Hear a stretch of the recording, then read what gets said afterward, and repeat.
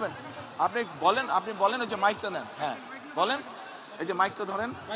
ভাইয়া আপনাকে আমি ছোটকালে দেখছি, আচ্ছা আপনাদের যখন পেয়ারা গাছ ছিল কেয়ারফুল। আমি অনেক পেয়ারা চুরি করে খাইছি, আমাকে ক্ষমা করে দিবেন ভাইয়া।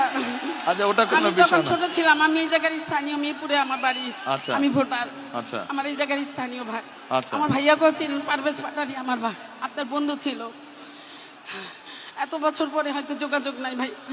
আমি দুঃখের সহিত আপনাকে বলতে চাই, আমরা অনেক অপেক্ষা করছি আপনাদের জন্য, কিন্তু আমি কখনো ফেজ হইনি, ভালোবাসছি।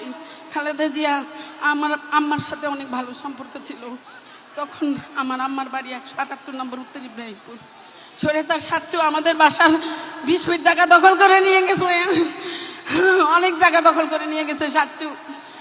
আমি এখন বলবো, বুক খোলায় বলবো, কারণ সাচ্চু আমাদের প্রতিবেশী, আওয়ামী লীগ ছিল, আমাদেরকে 17 বছর জ্বালায় মারছে। আমার ছোট ভাইকে জেলে নিছে, আমার মেজো ভাইকে জেলে নিছে।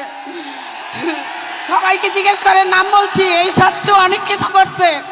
আমাদের 20 ফিট জায়গা 178 নম্বরে অনেক জায়গা দখল করে নিয়ে গেছে।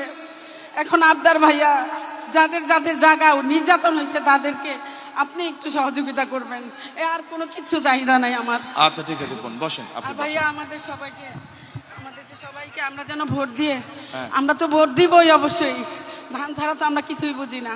আমরা ভোট দিব, আমাদের এই 15-16 আসনের 17 আসনের সবাইকে আমাদেরকে একটু সুবিধা করে দিবেন, কারণ আমরা জনগণ অনেক ভুক্তভোগী। তাহলে আপনি যখন এখানে থাকেন, এখানকার তাহলে মূল সমস্যা কি? অন্যরা যা বলছে সেটাই মূল সমস্যা, পুনর্বাসন। হ্যাঁ। আচ্ছা আচ্ছা